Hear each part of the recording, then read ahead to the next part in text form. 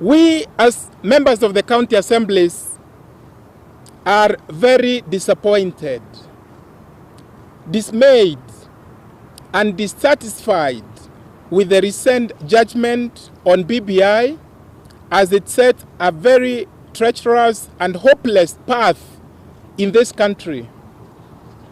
The judgment does not acknowledge that a constitution is a living document that must be responsive to the needs and desires of our society at any given time. It presupposes that Kenyans are prisoners of the 2010 Constitution, and the 2010 Constitution was made for a tiny minority of Kenyans, and in this case the judiciary and civil society groups, not the larger majority of Kenyans.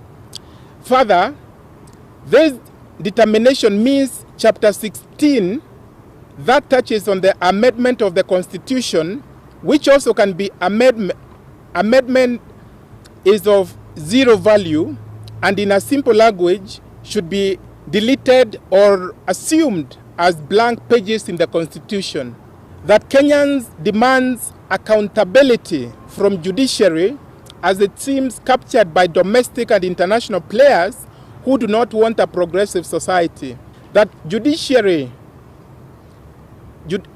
tyranny must stop, as such interpretation of the Constitution will easily land the country into worse post-election violence than 2007 and condemn Kenyans to eternal economic regression.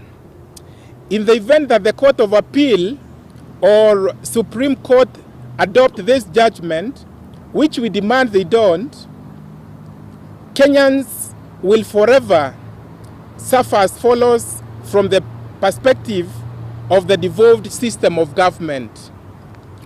1. County funds will remain at 15% of the national revenue instead of 35%. 2. 1450 wards in Kenya will never get a constitutional development fund, and governors will never develop some wards as it's the case today. Number 3, there will never be equitable distribution of county resources. Population parameter will never matter in resource sharing.